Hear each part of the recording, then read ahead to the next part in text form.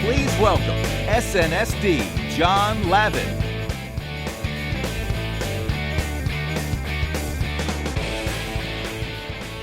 Well, welcome to Primerica Live Extra, and we're really glad to be back. We're going to take a real deep cut now at this subject of recruiting at the kitchen table and getting referrals at the kitchen table and expanding our new recruits warm markets and having unlimited numbers of places to go.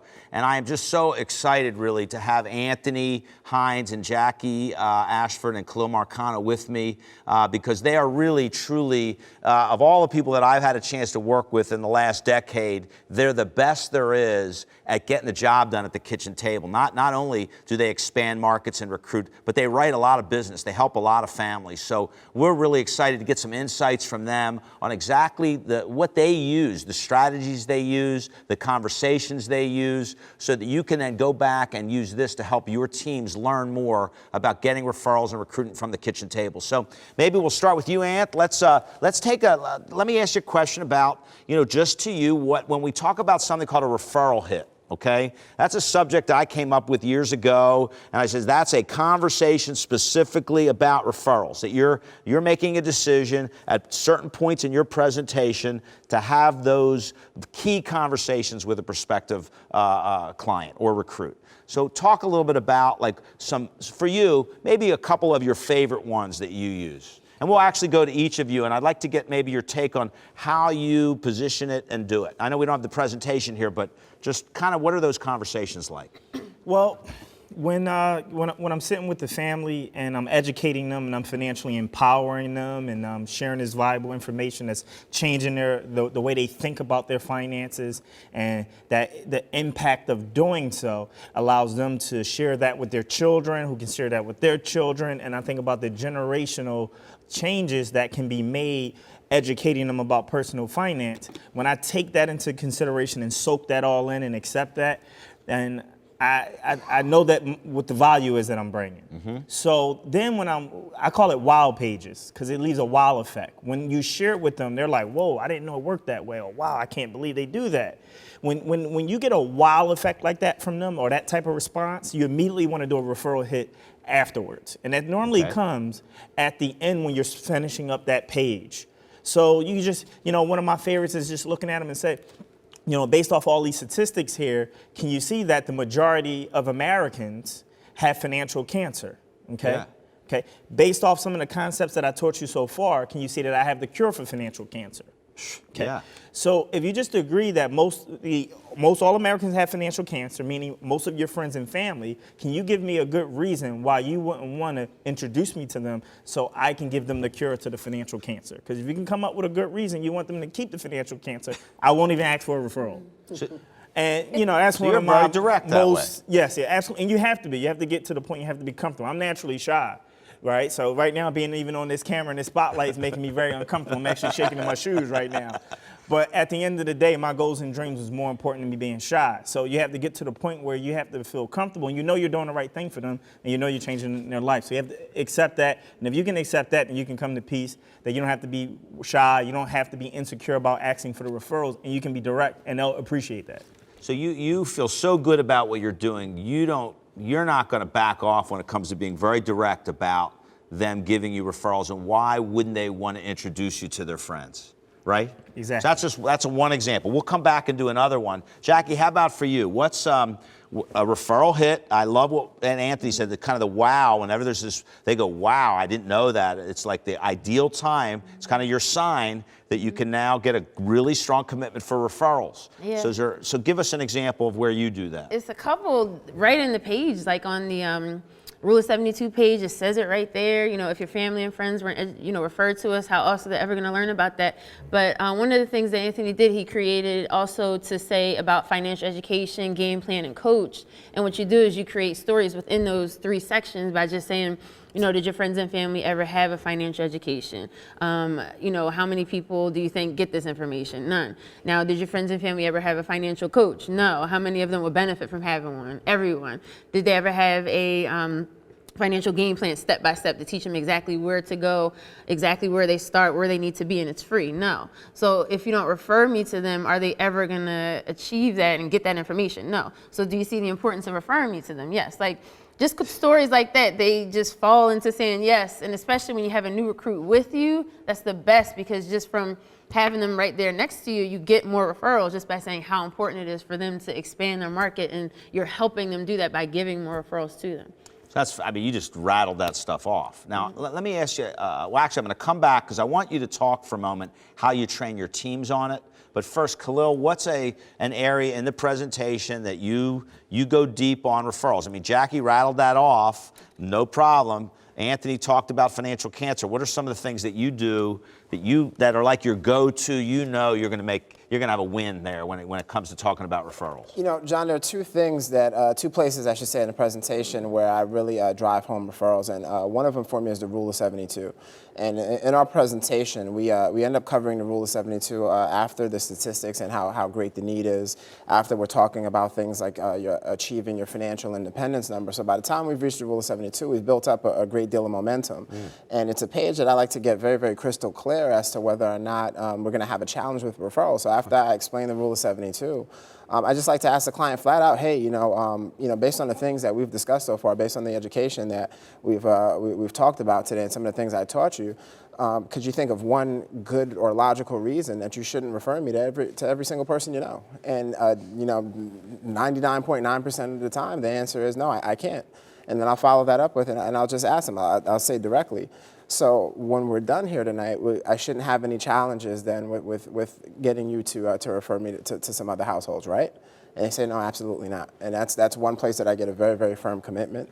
And on the theory of decreasing responsibility, I had the unfortunate luck, as many of you know already, that I lost my dad at a very, very early age, and he died without having life insurance. He only had group insurance through work, so I tell that story almost every time. A lot of people that we work with borrow that story as well. Yeah, what is that? Share that story just real quick. The reality is I grew up in Brooklyn, New York, and I was fortunate enough, unlike a lot of people that I knew, that I grew up with both my parents. Single family home, we weren't rich by any stretch of the imagination. We always struggled with bills, but the reality is my father passed away when I was 15. With no independent life insurance and only the coverage through work. And I think the payout might have been like $20,000 or something like that.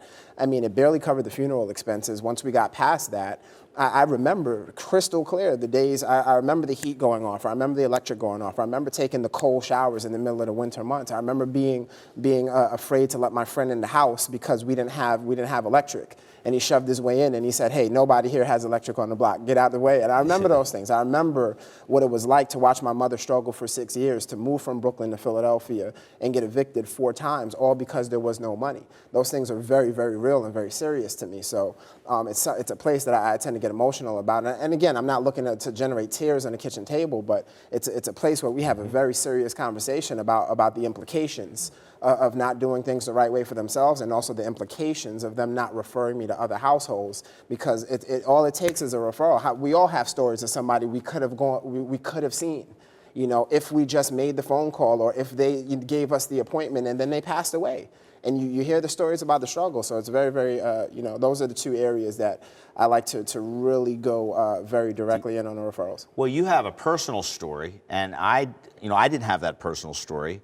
But I know a lot of the people in our office borrow your story. Absolutely. So maybe, Anthony, could you just give an idea? I mean, how do you use that story? I mean, are you using it? Are you teaching your people? Well, that story is so impactful that for me, I like, people buy on emotions and they defend those emotional decisions logically. So when I'm coming to the conclusion at the financial house, right, I want them in the most emotional state because I know they purchase emotional. So if you're a first-time closer, then I use his story at the foundation of the financial house. So I have them in a very, very emotional state. So at the end, it's very clear they have a crack in their foundation in the area of life insurance, it's very easy to get them to want to move forward, number one, with getting the life insurance and making sure that all their family and friends also get that foundation in place. So it helps to propel the referrals and makes it easier to get them, and there's less resistance if I can get them emotional. There, and then you're going to move in. Now, you guys do a lot of first call closing, and a lot of the homes you're in, there's no coverage.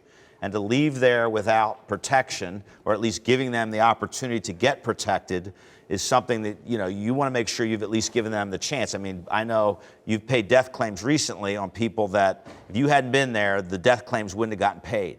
And if you hadn't closed the first night, you may never have gotten back in there.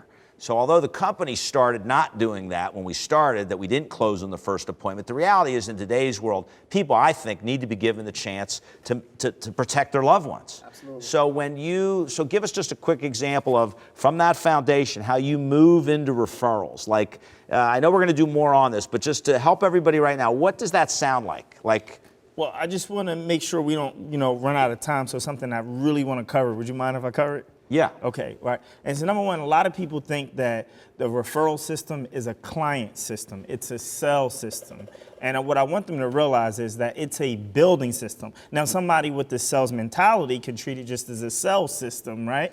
Just like prospecting and recruiting is a building system, right? Yep. But some people still don't build with it, and even though they get a lot of recruits, right? So it depends. It's all your perception and perspective. What I want people to understand is that you can prospect cold. You don't have any credibility with them. You don't know them.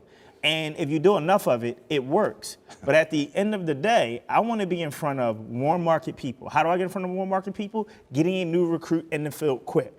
The second way, what if you don't have a new recruit? Referrals is another way.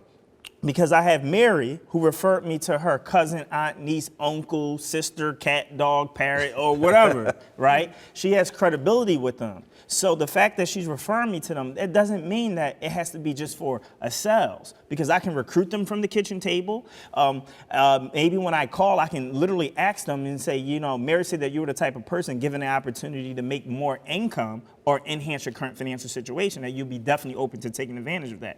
That's not just the sales. That's also saying, are you open to increasing your income? So it's a building system. And if I'm going to build through referral, I think it's a lot easier to build through referrals than to build through prospecting strangers. You should do that also, but why say I don't want referrals? I'm not interested in working referrals when you have warm market contacts that are qualified. They're 4 and 5 pointers that you can recruit them as well. So maybe what you do if you really like recruiting that much, don't even use it as a sales system. Just get the referrals and call up the recruit, all of them. You can do that. At the end of the day, you're looking for a name and a number, and a qualified name and number with some credibility from someone who referred you is really good. So if it's not recruiting, you can get warm market referrals from the referrer. And it's a building system as well. Well, I think it's just a major point, okay? And I really thank you for making it, because you're walking into a married homeowner with kid or a single mom with kids. They need to make more money. You're walking right into the right market. It's not like you have to cold call, because you're in the right market already. And that's what I hear you saying. Every presentation is a presentation to give people the chance to take advantage of all the things we do. You got to look at it that way. Right? You got insurance, you got investments, you got debt management, you got wills, you got extra income, you got a business opportunity, you got a chance to change your life, So Jackie, talk for a second about some keys to recruiting clients. That's the beauty of Primerica. State Farm, all these different companies, they're not going to come to our house where we live in our community and say, hey, we want to give you a chance where you can make 6 figures and change your whole life and change your family and friends. They're not going to do that to us. So that's the beauty of Primerica. That's the whole reason I love the company, because we actually get to change people's lives by helping them financially and then giving them a chance to come on board to work with us and change their friends and family financially. And then meet new people you don't even know because of the referrals and change their whole life. I've met so many people from my team. I would have never met them in my whole life, and I'm blessed to know them in my team because I was referred to them.